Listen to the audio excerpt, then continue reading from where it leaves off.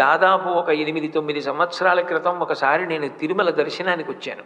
స్వామివారి దర్శనం అయిపోయిన తర్వాత యువతల వైపు గుమ్మంలోంచి, వైకుంఠ ద్వారం వైపు ఉన్న గుమ్మంలోంచి బయటికి వెళ్ళిపోయాను. బయటికి వెళ్ళిపోతుంటే అక్కడున్న మెట్ల మీద కూర్చుని ఒక పెద్ద ఆయన ఏడుస్తున్నాడు. ఏడుస్తుంటే నేను అనుకున్నాను, బహుశా ఈయనకి సరిగా పాపం దర్శనం అవ్వలేదులా ఉంది, బాధపడుతున్నారు, ఏడుస్తున్నారు అనుకున్నాను నేను. ఆయనతో కోడలుంది, కొడుకున్నాడు. నాన్నగారు ఎందుకు ఏడుస్తున్నారన్నాడు.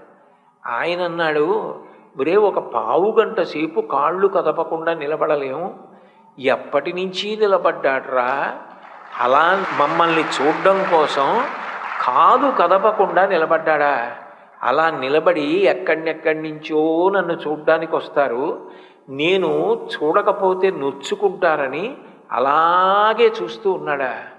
ఎంత కాళ్ళు నొప్పెడతాయిరా, ఒక్కసారి అవకాశం ఇస్తే కాళ్ళు పట్టాలనుందిరా, ఎంత కాళ్ళు నొప్పెడుతున్నాయో అన్నాడు.